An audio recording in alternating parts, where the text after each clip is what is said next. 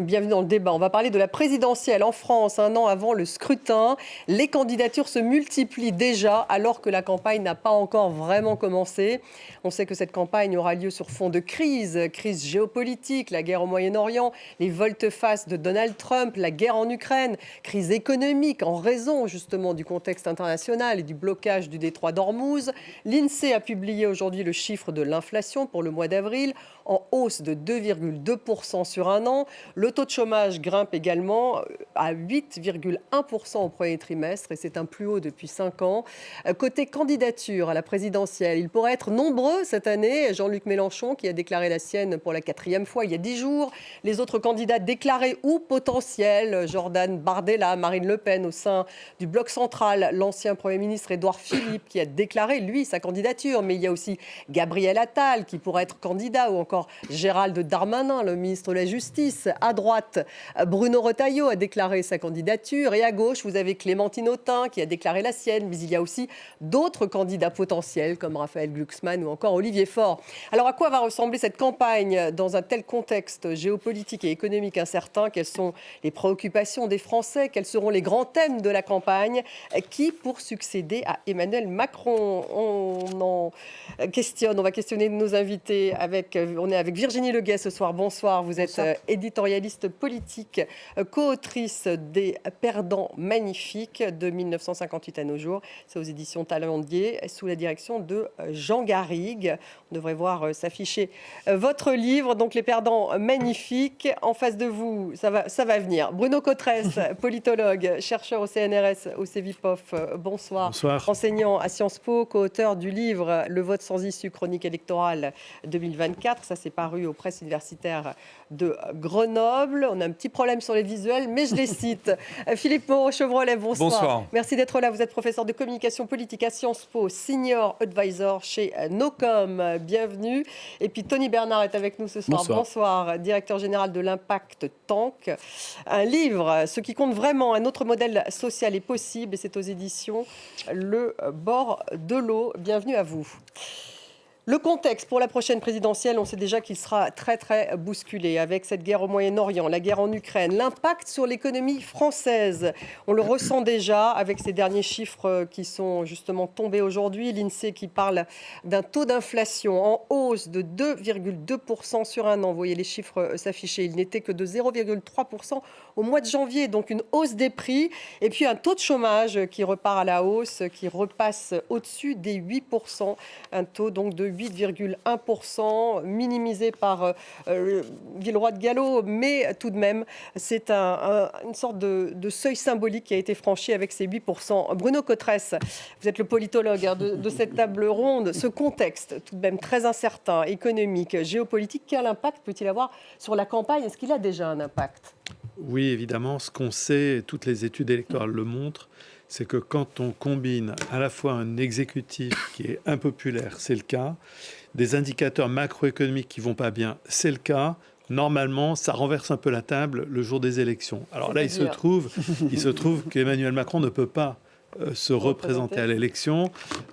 Très bien pour lui, parce que si tel était le cas, c'est garanti que ça serait un résultat très négatif pour lui, compte tenu de ce qu'on sait. On sait que la combinaison d'une impopularité et d'une économie qui ne va pas bien, ça donne souvent un résultat désastreux pour celui qui est au pouvoir.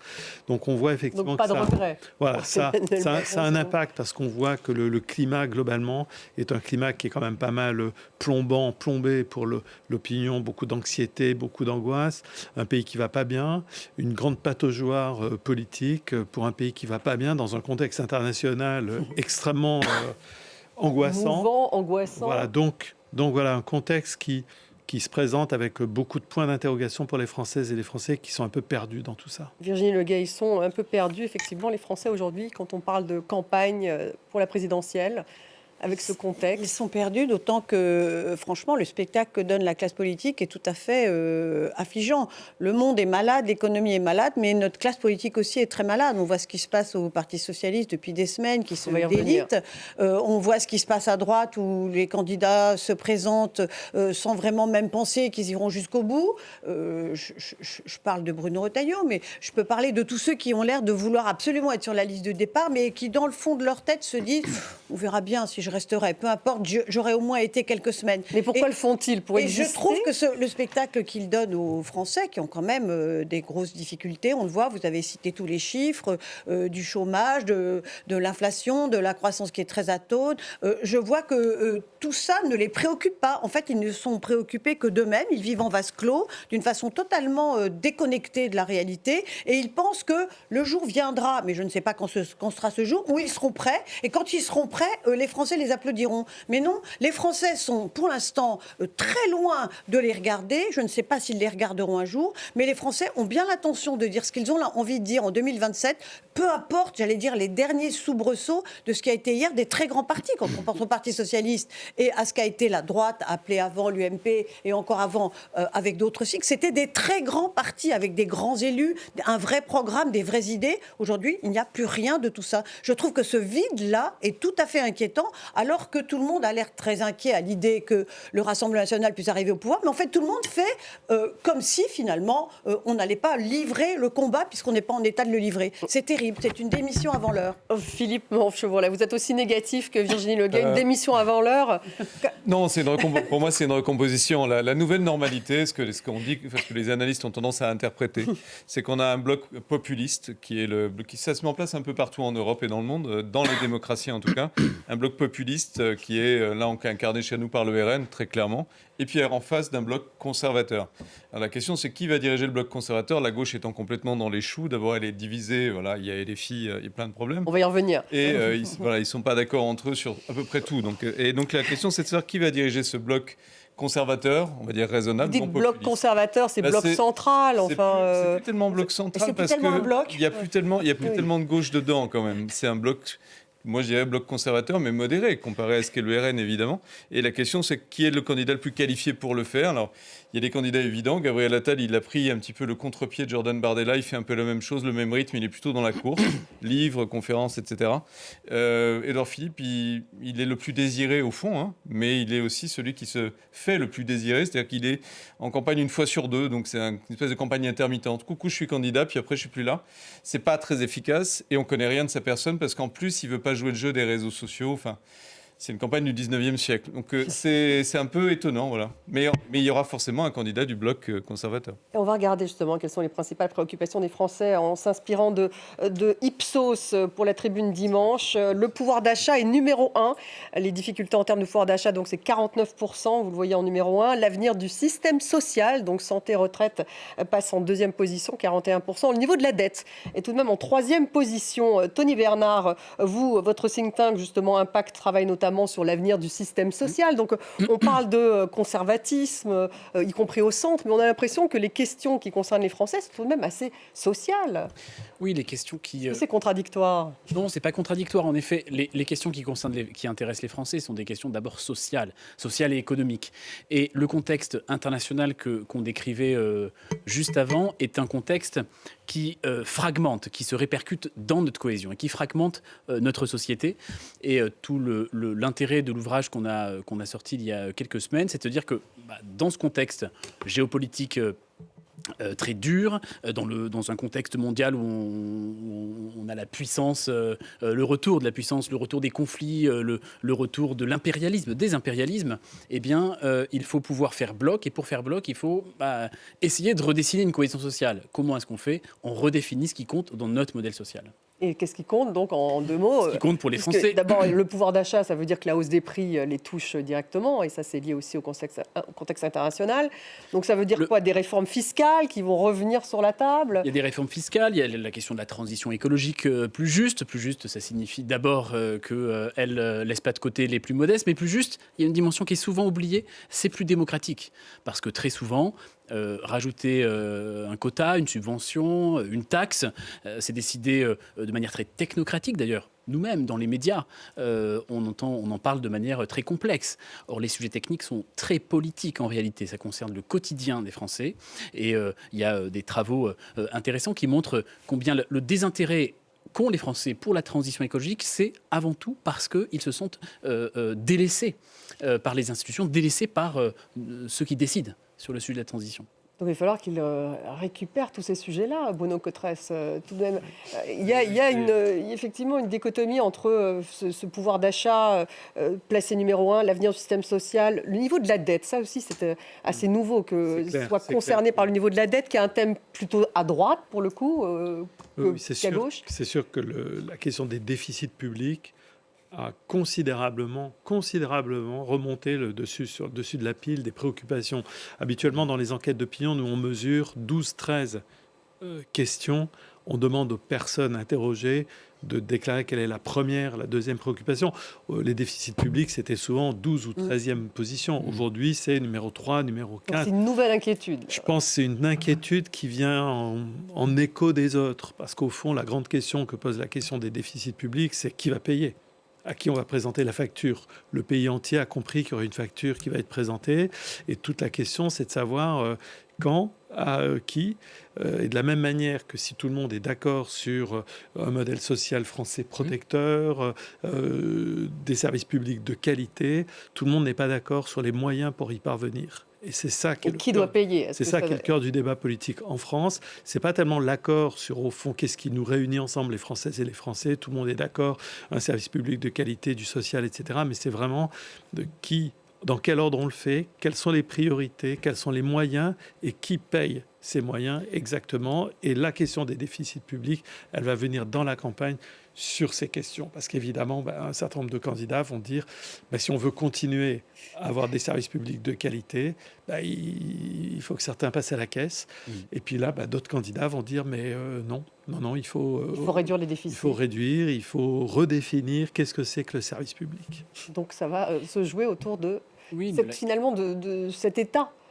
État-providence, comment on le maintient, qui le finance. Et comment aussi, en effet, la question des déficits, c'est la question de qui paye, et c'est la question aussi de quel modèle de société on choisit, qui sont les acteurs qui s'occupent de ces services publics. Parce qu'avec la chute des dépenses publiques, il y aura aussi certains services publics qui seront gérés, c'est déjà le cas aujourd'hui, par d'autres acteurs que l'État. Et donc ça pose question de ce qu'est l'intérêt général, comment est-ce qu'il se redéfinit quand c'est un acteur privé qui gère, je pense par exemple à la petite enfance, je pense aux personnes âgées. On a tous en tête les enquêtes de Victor Castanet qui sont sorties il y a quelques années déjà sur la déshumanisation des résidents des EHPAD, sur les crèches également. Donc est-ce que ça doit être géré par le public et là ça coûte de l'argent ? Est-ce que ça doit être géré par le privé ? Mais alors c'est peut-être pas le même service. Non. Oui, et il y a une autre voie, il y a la voie dont on parle dans notre ouvrage, c'est la voie de l'économie sociale et solidaire, c'est-à-dire la voie du lucratif, du privé non lucratif justement, qui devrait s'occuper, d'ailleurs c'est pas très exotique comme proposition, pas plus loin qu'en Europe, en Allemagne, 80% des EHPAD, des crèches sont gérées par du non lucratif, en Autriche c'est 50%, donc c'est des propositions qui sont très sérieuses. Donc l'économie sociale et solidaire, ça a joué un rôle, ça pourrait peut-être aussi au sein de cette campagne. Virginie Leguet, dans les sujets qui suivent, il y a la question de la délinquance, numéro 4, et la question de l'immigration, et qui se trouve en 5e position. Alors ça, l'immigration, c'est traditionnellement le thème favori de l'extrême droite, et puis on a l'impression qu'il commence à revenir à gauche avec des déclarations de François Ruffin, le candidat de gauche potentiel, a-t-il dit, et en ancien insoumis, qui lui dit justement que l'immigration purement économique, en fait, ne doit pas avoir lieu en France. Donc, on a l'impression qu'il risque d'ailleurs de créer même un clivage à gauche sur cette question de l'immigration. C'est-à-dire qu'on voit mal chez tous ces candidats qui s'expriment sur l'immigration quasiment de façon nouvelle, parce qu'on ne les entendait pas dire ce qu'ils disent aujourd'hui. On voit mal ce qui répond chez eux à faire plaisir aux Français, parce qu'ils ont compris que les Français étaient préoccupés par la question, et ils ont compris que ceux qui étaient préoccupés par la question s'étaient détournés d'eux parce qu'ils avaient abandonné ces sujets-là depuis bien longtemps, et ce qui relève de leur propre profonde conviction. Et c'est d'ailleurs comme ça pour tout. Tout à l'heure, Bruno Cotresse parlait de qu'est-ce qu'on voudra garder de notre service public, qu'est-ce qu'on voudra conserver de notre modèle social, et que feront les candidats en campagne pour dire attention, on est dans une situation très difficile. Si on veut garder notre modèle social, il va falloir faire des sacrifices. Qui va parler de sacrifices? Qui va parler d'efforts? Qui va parler de se serrer la ceinture? Qui va parler de tout ça? Et qui va endosser cette responsabilité-là de dire aux Français, attention, on va vous promettre des larmes et du sang, parce que c'est quand même comme ça que ça va se passer. Édouard Philippe, à un moment donné, endossait un peu il a question. dit, je vais promettre un programme massif. On verra ce que ça sera, ce programme massif. Mais il est vrai que s'il est un des seuls à endosser, disons, l'austérité de ce qui attend les Français pendant quelques années, parce qu'il ne faut pas rêver, le niveau de dette auquel on est arrivé, il ne va pas disparaître avec l'élection présidentielle de 2027. Il va falloir que le prochain mandat, qui que ce soit à la tête du pays, soit consacré à la réduction de notre dette, à la réduction de nos déficits. Si on veut Donc ça sera au cœur de la campagne, selon vous? Je ne sais pas, non, je ne sais pas, parce que j'entends même, pardon, et j'en termine, là, à propos de ce qui devait être les gestes de l'exécutif pour le carburant. On a quand même entendu Marine Le Pen dire il n'y a qu'à baisser le niveau de TVA de 20 à 5,5. Voilà, comme ça. Oui, la TVA, d'ailleurs, ça sera aussi un sujet probablement de la campagne. On sait que ça s'adresse d'abord à tout le monde, c'est-à-dire y compris à des gens qui n'en ont pas vraiment besoin, que ça coûte des milliards. Et ce que Marine Le Pen a l'air d'oublier, c'est qu'on n'a plus tous ces milliards-là. On a été un des pays les plus généreux, et aujourd'hui, on est un des pays qui a les moins le moyen d'être encore généreux. Et on entendait M. Mélenchon dire « Oh, ben, M. Pouyanné a qu'à passer à la caisse ». Patron de Total. Oui, mais c'est tout à fait, j'allais dire, saisissant d'entendre ce genre de discours dans la situation dans laquelle on est. Mais il y aura un sujet sur le partage des richesses. Bien sûr, bien sûr. Mais autant l'aborder. Et effectivement, de savoir qui paye. Autant l'aborder de façon sincère, de façon frontale, et pas considérer qu'on peut promettre aux Français des solutions miracles qui ne sont plus là, qui ne peuvent plus être utilisées. Philippe Chevrolet, vous êtes d'accord? Et sur l'immigration tout de même, j'avais envie d'y revenir, parce que le fait que ça c'était vraiment un sujet de droite et qu'aujourd'hui on a l'impression que la gauche essaye d'une manière ou d'une autre de s'en emparer. En tout cas, François Ruffin, et c'est une sorte de pavé dans la mare quand il dit qu'il est contre en fait les raisons purement économiques. C'est-à-dire, il a dit sur France Télévisions, la France ne doit pas faire appel à des médecins tunisiens, algériens et roumains, parce qu'il dit que finalement c'est une sorte de dumping que ça pratique sur les salaires. Ça fait baisser les salaires de ceux qui sont déjà là, parce qu'il distingue aussi entre ceux qui sont déjà là et ceux qui ne sont pas encore là. Ça, à gauche, ça risque d'être clivant. Ah oui, absolument, mais dans ces propos, il y a une erreur, il y a un calcul et une erreur. Le calcul, c'est d'autres partis de gauche européens l'ont fait, c'est de dire, bon, on va aller sur l'immigration, un peu comme le RN, on va dire stop, et puis on va être par contre beaucoup plus sur les droits sociaux, beaucoup plus dans la tradition de la gauche sur le reste, et ça va fonctionner comme ça. On va reprendre les ouvriers qui sont partis au RN, il y en a beaucoup, les employés, etc. On va les ramener vers nous. Il y a une erreur, c'est que en fait la France, elle fait appel à personne. Les gens, ils arrivent parce que ils veulent pas mourir chez eux et ils continueront à arriver. Donc la question, c'est comment on les accueille. Et ça, il en parle, c'est très ambigu ce qu'il raconte. En fait, il dit que les gens qui sont déjà là, il faut bien les accueillir, mais en même temps, il faut fermer la porte. On ne voit pas du tout comment.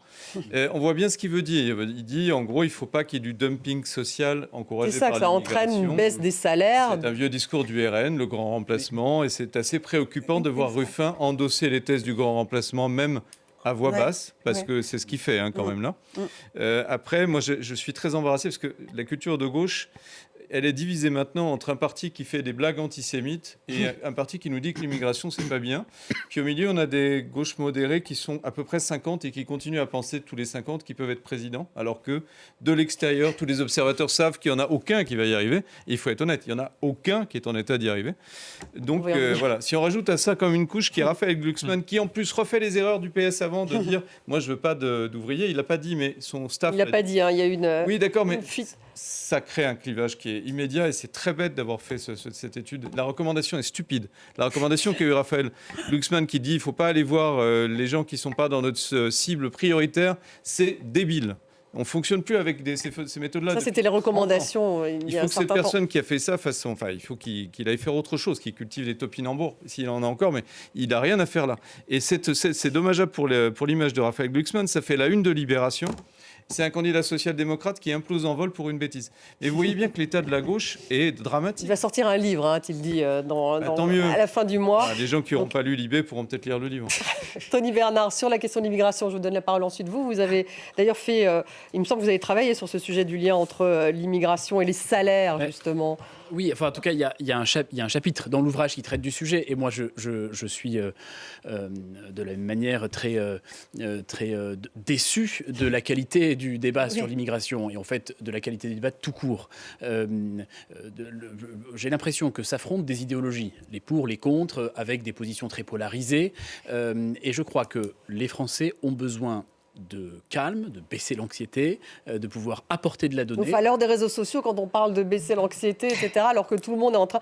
Ils regardent ça aussi, les hommes et les femmes politiques, les likes, mais les scientifiques... Il y a une campagne sur les réseaux aussi. Les scientifiques et les universitaires sont très mauvais en communication. J'ai 2 universitaires avec moi, vous le savez, très mauvais en communication. Et il y a des travaux empiriques, sérieux, qui sont menés sur l'immigration de travail notamment. Hippolyte Dalby, qui a produit un chapitre pour nous, remet en perspective historique la question de l'immigration avec des expériences grandeur nature. Par exemple, dans les années 60, dans les années 80, l'expulsion par Fidel Castro des Cubains qui sont arrivés à Miami. Dans les années 60, l'arrivée de 900 000 Algériens en France en 62, et qui montre que ça n'a jamais eu aucun effet sur les salaires et sur le taux de chômage. Donc, en fait, François Ruffin se trompe quand il dit qu'il y a un lien entre les deux.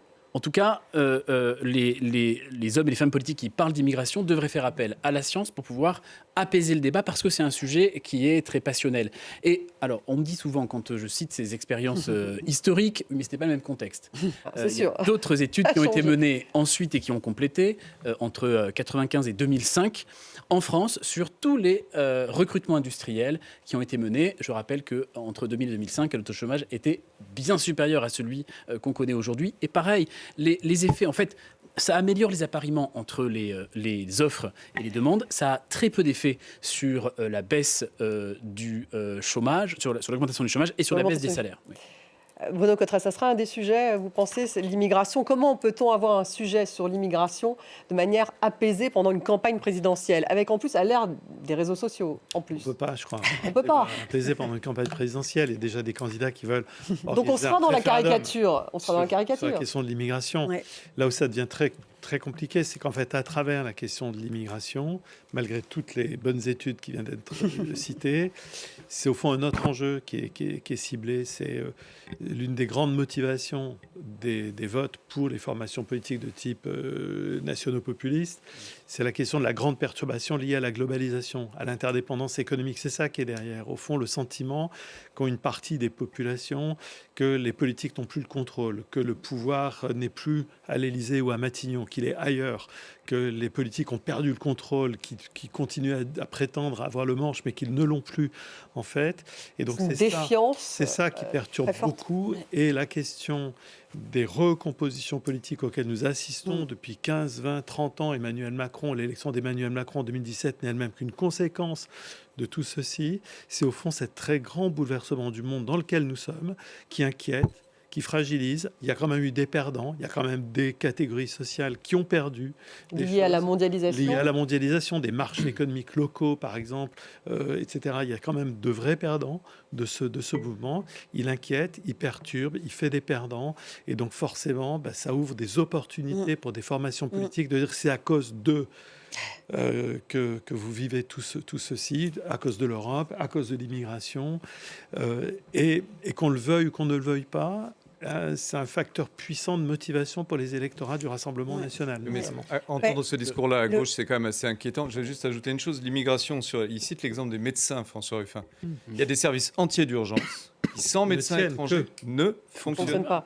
C'est pas un choix, l'immigration. En plus, on a une population vieillissante. Regardez ce qui se passe. Mélanie, qui est une candidate d'extrême droite à la base, qui est en train de normaliser 500 000 immigrés. C'est pas un choix, on n'a pas le choix, en fait. Ce qui est historiquement élevé, et lui est contre ça. Enfin, c'est ce qu'il a dit, en tout cas, François Ruffin. Virginie Leguet. Je voulais revenir sur ce qu'a dit tout à l'heure Bruno Cotteret, qui va être au cœur de la campagne.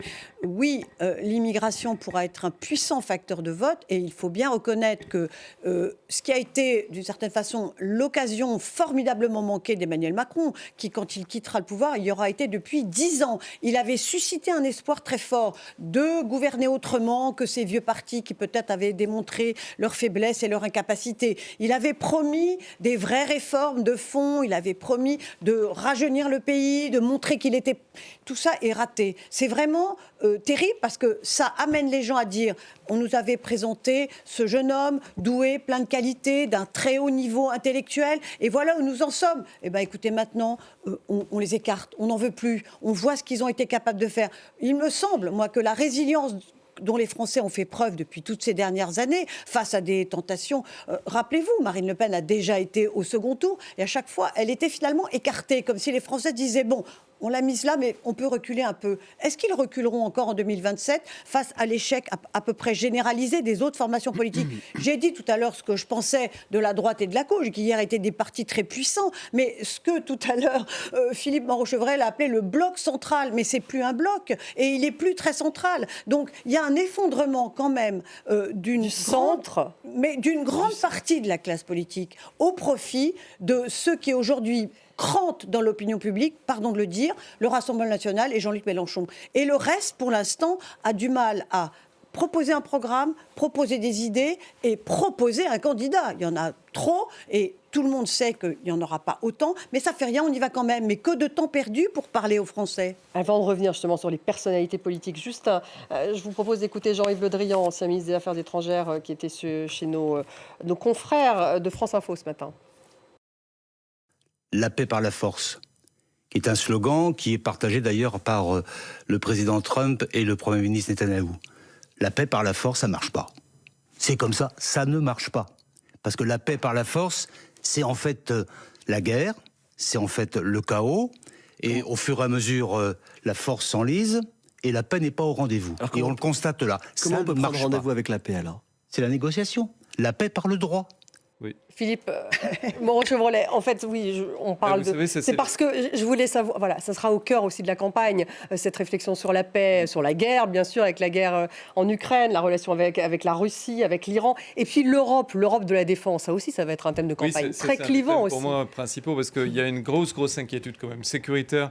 Il y a une partition que Emmanuel Macron joue très bien, qui est celle de l'international, depuis le sommet de Davos cet hiver, avec le fort show, avec les lunettes de soleil qui paraissent débiles, mais il a fait la une. Les réseaux sociaux ont joué en sa faveur. Il a fait la une de la cette presse image. du monde entier avec ça, et ça a remis les démocrates modérés, comme Jean-Yves Le Drian, au centre du jeu médiatique, ce qui n'était pas gagné face à des gens comme Trump qui sont des monstres en fait de divertissement, autant que de production de langage orwellien comme ce qui vient de nous être décrit.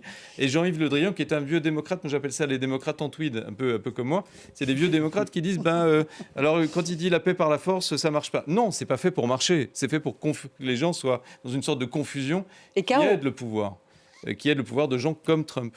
Et c'est ça que dans le système dans lequel on vit, mais on a percé sur le plan international parce qu'il y a une poussée européenne, il y a un leadership européen, il y a l'Ukraine qui nous fédère, il y a une dynamisme, une vitalité des démocraties. Qui nous fédère, pardonnez-moi. L'Europe est fédérée. Regardez, on a viré Orban récemment, je dis on parce qu'il y a une conscience européenne qui est née pour moi dans cet affrontement contre Orban. Et je suis très optimiste là-dessus. On a une solution, c'est l'Europe, qui existe pour nous sortir des problèmes, des difficultés. Et ça sera donc un des sujets clivants de la campagne. Pour moi, c'est un des sujets de la campagne. Oui, je suis d'accord. Il y a avec le départ d'Orban, je parle d'European Way of Life, en opposition à l'American Way of Life. Premier ministre hongrois. Oui, absolument. Et je pense qu'en effet, il y a aussi des valeurs européennes. Il y a aussi en Europe un choix de société face au monde qui se brutalise. Mais enfin, évidemment, l'Europe est différente en fonction des partis. Cette Europe, Bruno Cotresse, est-ce que c'est l'Europe des nations ? Est-ce que c'est une Europe fédérale ? Quel projet ? On voit que pour le cas de la France, s'il y a vraiment un sujet qui ne fait pas consensus, c'est l'Europe. Oui. Voilà, il ne faut pas se voiler à la face. La France est le pays aujourd'hui le plus opposé au futur élargissement de 2030, sujet dont personne ne parle. Personne. Alors que de nombreux pays se bousculent pour rentrer dans l'Europe. Voilà, personne n'en parle. S'il y avait un référendum, ce qui est notre procédure constitutionnelle normalement prévue, c'est pas impossible que la France bloque le futur élargissement de l'Europe par un vote non. C'est pas gagné parce qu'une campagne référendaire, ça demande à être alimenté, etc. Donc, l'Ukraine frappe aussi à la porte de l'Europe. Il y a des dissensus en France sur la question de l'Europe.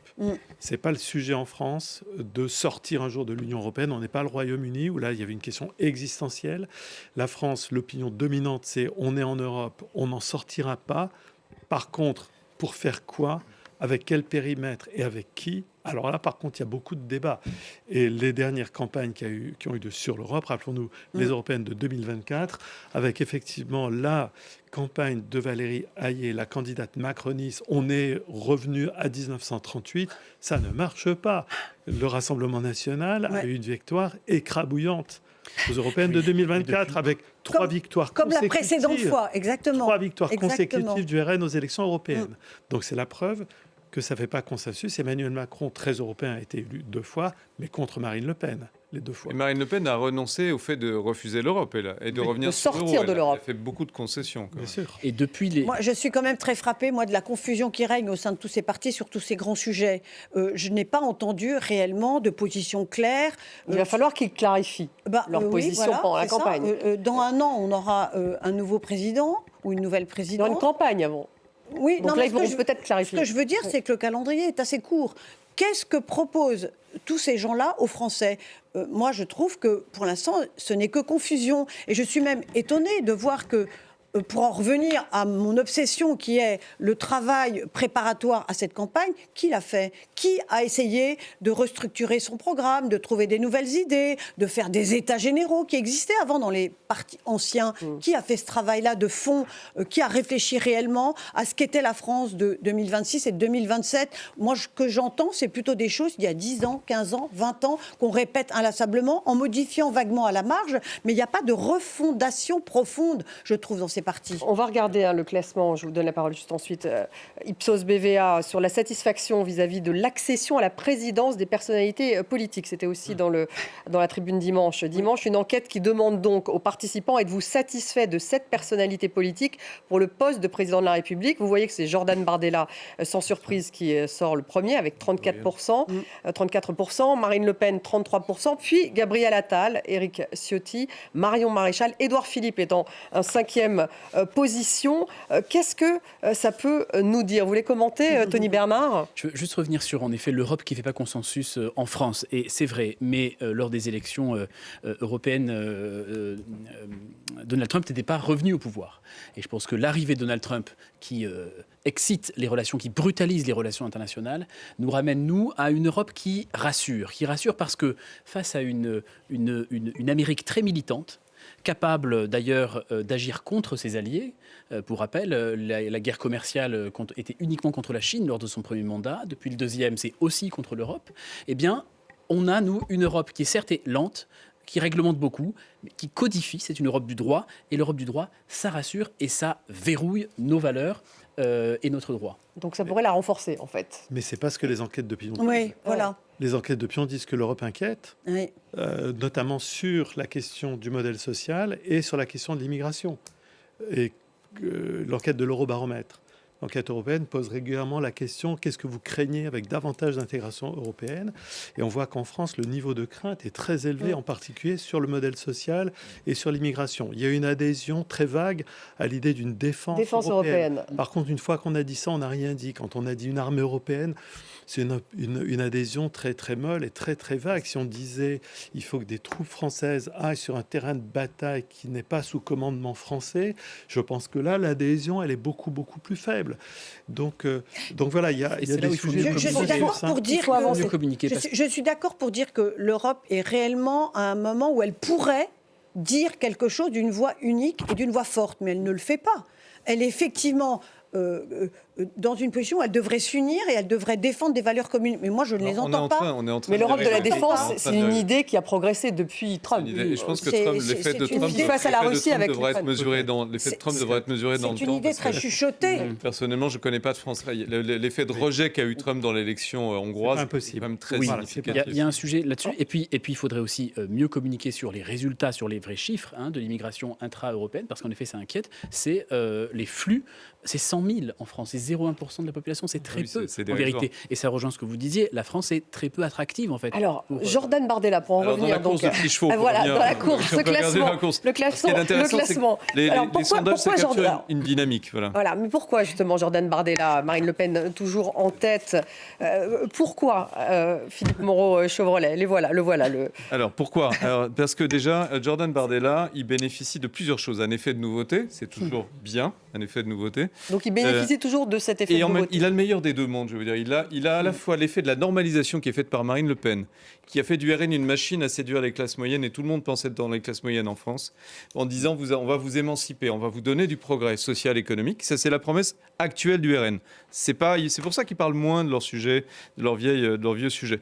Et Marine Le Pen est en dessous de Bardella. Bardella est plus jeune, etc. Maintenant, est-ce que ça va se traduire en vote ? Il y a un vrai gros point d'interrogation. Et Bardella, avec son image, il fait un peu n'importe quoi. Parce qu'aujourd'hui, il gagne 200 000 € par an. Il est très attaché à l'argent. Il sort avec une princesse multimillionnaire. C'est pas Marine Le Pen. Voilà, je dis juste, c'est différent. Et son point de tropisme à lui, est plus pro-Musk, pro-Trump, pro-américain que les vieilles indépendances à la Marine Le Pen. Et ensuite, j'observe que Gabriel Attal monte, ce qui serait une bonne nouvelle. Pourquoi Parce qu'il y a une primaire qui ne dit pas son nom dans le bloc central. Alors voilà, on va en parler. Que je ne crois pas si petit que ça. D'abord parce que j'y suis très attaché, c'est vrai, mais aussi parce que je pense que les Français y sont attachés. Et dans ce bloc central, il y a une course qui doit se solder théoriquement le plus rapidement possible, au plus tard en fin d'année, entre Attal et Édouard Philippe. Et ça sera le Attal duel. monte, donc c'est intéressant. On va écouter Gérald Darmanin, qui est un autre candidat potentiel du fameux bloc central. Il n'est pas dans la liste quand même. Il n'est pas dans la liste, non, mais on va l'écouter. Le ministre de la Justice, c'était ce matin. Quand les idées ne sont pas portées par un autre candidat, on se dit pourquoi pas moi, non ? Inch'Allah, mais on verra bien. On aura l'occasion. Donc si Dieu veut, Gérald Darmanin candidat ? Non, mais c'est beaucoup plus sérieux parce que l'élection présidentielle est sans doute la plus importante que nous allons vivre depuis au moins 30 ou 40 ans. Parce que je crois qu'on voit bien que le Rassemblement national peut gagner cette élection présidentielle. Je pense que M. Mélenchon est un candidat extrêmement sérieux qui fera un score extrêmement important. Et vous pensez qu'il fera un score élevé aujourd'hui, il sera au second tour ? Non, mais aujourd'hui, je pense que le second tour, c'est M. Mélenchon contre Mme Le Pen ou M. Bardella. Bon, alors deux choses. Déjà, sur le bloc central, peut-être vous voulez répondre à ce qu'a dit Philippe Moreau-Chevrolet, Bruno Cotresse, sur est-ce qu'il y aura un duel Attal-Philippe ? Est-ce que ça sera lié au sondage ? Est-ce qu'il finira par y avoir une primaire ? Est-ce que Gérald Darmanin va aussi s'immiscer ? Enfin, beaucoup de questions. Bien sûr qu'il y a un duel entre eux. La preuve, c'est qu'ils ont décidé d'un deal. Donc d'un moyen de régler cette compétition entre eux. Celui des deux qui sera le moins bien placé à la fin de l'année, début 2027 dans les sondages, laissera tomber. C'est sûr, ça. Se rangera derrière l'autre. En tout cas, se rangera derrière l'autre. C'est quand même plus qu'à demi-mot ce que disent chacun des deux. Alors pourquoi Darmanin dit que peut-être... qui se présentera. C'est ce qu'on disait tout à l'heure, c'est-à-dire il y a beaucoup de candidats potentiels. Je pense qu'ils cherchent tous à droite la même clé, c'est-à-dire est-ce qu'il y a une clé qui permet de passer un candidat de droite qui ne serait pas un candidat qui va inquiéter, qui va dire aux Françaises et aux Français, il faut travailler plus, faire des sacrifices, couper dans les dépenses publiques. Parce qu'ils ne pensent pas que c'est celui-là qui gagnera face à Bardella. Ils ont quand même tous en mémoire que par le passé, ça n'a pas apporté que des victoires à la droite en France de tenir ce discours. Ils voient bien l'attachement des Français aux services publics, à l'éducation, aux hôpitaux, la crainte au fond de voir un candidat qui arrive et qui dit, ben voilà, pendant on vient de traverser tout un tas de crises, et on va à nouveau tout remettre à plat. Et donc voilà, il y a aussi cette dimension. Sur le classement de l'Ipsos, c'est un classement que je suis de manière très très attentive tous les mois. J'observe quand même quelque chose qui en dit long sur l'ancrage du Rassemblement national. Jordan Bardella et Marine Le Pen, mais plus Jordan Bardella, ce sont les deux seuls dans le classement qui, quand on calcule le ratio entre le nombre de personnes qui se disent insatisfaits et le nombre de personnes qui se disent satisfaits s'ils sont élus, ce sont les deux seuls qui ont pratiquement un rapport 1. C'est-à-dire autant de personnes insatisfaites que satisfaites. Les autres, ils sont à près de 2. Certains candidats, je prends l'exemple d'Olivier Faure ou de Marine Tondelier, ils sont à pratiquement 5 fois plus de gens qui se disent insatisfaits que satisfaits. Donc là, on voit qu'il y a des candidats qui se sont détachés.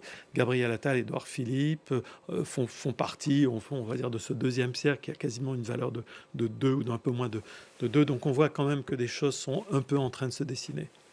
En fait, il y a de plus en plus de Français qui se disent laissons passer les choses. En 2027, moi, je voterai Rassemblement national. Ils sont décidé, à ce que disait tout à l'heure Bruno Cottras, à renverser la table. Là où ils hésitaient lors des précédentes élections, je pense qu'ils n'hésitent plus. L'ambiguïté de Jordan Bardella, c'est qu'il est jeune, il a beaucoup de succès sur TikTok, je crois qu'il a 1 million d'abonnés, il est très souriant, il est nouveau, et j'entends déjà ceux du Bloc central dire, pour parler comme mon voisin du Bloc central, dire « Ah oui, mais on verra quand il sera en campagne, il est tellement faible que... il n'est pas très bon en campagne. Qu'on en fera le RN est bon en campagne, mais pas Jordan Bardella. Qu'on n'en fera qu'une bouchée. » Attendez. Ah non, personne attendez, ne dit ça. Je termine ma phrase, mais je ne parle pas de vous. Mais moi, il y aura un duel, il reste plus...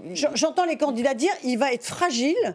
Il est fragile, il réagit parce qu'il est très briefé, il a des notes, il est précis, mais quand il va être lancé dans le grand bain de la présidentielle, il ne tiendra pas le coup. Je trouve que c'est une réassurance très fragile. Est-ce qu'il y aura un duel Mélenchon-Bardella ? C'est ce que dit Gérald Darmanin ce matin. Si le Bloc central fait son travail de campagne, ce qui a l'air d'être le cas pour Gabriel Attal, ce qui est moins le cas pour Philippe, il n'y aura pas de Mélenchon-Bardella au deuxième tour. Parce que normalement...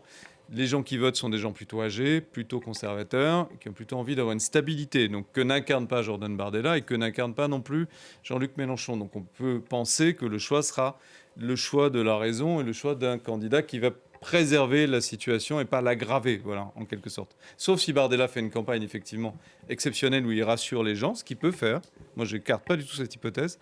Mais Mélenchon, je ne le vois pas. Et en plus, c'est quand même le personnage le plus détesté de la Ve République. C'est ce que montre aussi ce classement. Je veux bien qu'on m'explique qu'il a des chances d'aller au deuxième tour. 16% de Français satisfaits en cas de victoire contre 69% qui seraient mécontents. Donc, il y a et puis je le trouve un peu fatigué, honnêtement, dans ses apparitions publiques. Je le trouve un peu fatigué. Je pense que c'est un peu le combat de trop. Le RN a su se renouveler. Pas et les filles à ce niveau-là. Et ils sont monothématiques sur Gaza. Moi, je suis désolé, je ne connais pas très bien leurs autres positions. Ils ont beaucoup travaillé sur leur programme, mais le public n'en a pas la perception du tout.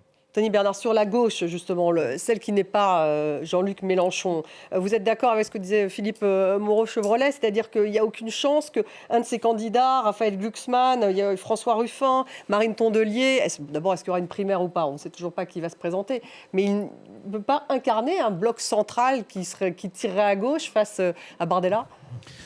Pour tirer à gauche et pour faire face à Bardella, il faut aussi s'occuper des raisons pour lesquelles les Français votent pour Bardella et pour les extrêmes. En réalité, c'est les ressentiments, c'est les frustrations. Quand il n'y a pas si longtemps, les Gilets jaunes, il y avait d'abord une raison, c'était la taxe sur les carburants, donc il y avait un sujet de transition juste, mais pas que. Rappelez-vous, ces parents étaient sur les ronds-points en s'inquiétant du destin social de leurs enfants. Et donc, il y a, je pense, un sujet à gauche à réinvestir, c'est celui du destin, celui de la promotion, celui de l'égalité, qu'on aborde d'ailleurs dans le livre à travers l'école. L'école doit être un lieu où se retrouve toute une génération, ce que faisait avant le service militaire, ce que doit faire aujourd'hui l'école, en faisant se rencontrer tout le monde, avec plus de mixité par exemple. Ça reste donc ces grands thèmes qui devraient revenir, vous pensez, sur la table. Bruno Cottras, il me reste 1 minute. Est-ce qu'il y a un vote d'adhésion tout de même aujourd'hui au RN ? Beaucoup plus qu'avant. Oui, beaucoup plus qu'avant. C'est plus un vote simplement de protestation et de rejet. On le voit d'ailleurs parce que la sociologie de l'électorat potentiel du Rassemblement national s'est beaucoup diversifiée. On voit, nous, des vraies progressions dans certaines catégories sociales qu'on n'aurait jamais imaginées. Dans presque toutes les catégories. Voilà, des cadres supérieurs, cadres moyens, certaines professions de la fonction publique. Donc on voit effectivement qu'il y a davantage de votes d'adhésion que ça n'a été le cas avant. Voilà ce qu'on pouvait dire donc sur cette présidentielle. Merci beaucoup Virginie Leguet, Philippe Moreau-Chevrolet, Tony Bernard, Bruno Cottras. Merci d'avoir participé à cette émission et merci à tous en régie.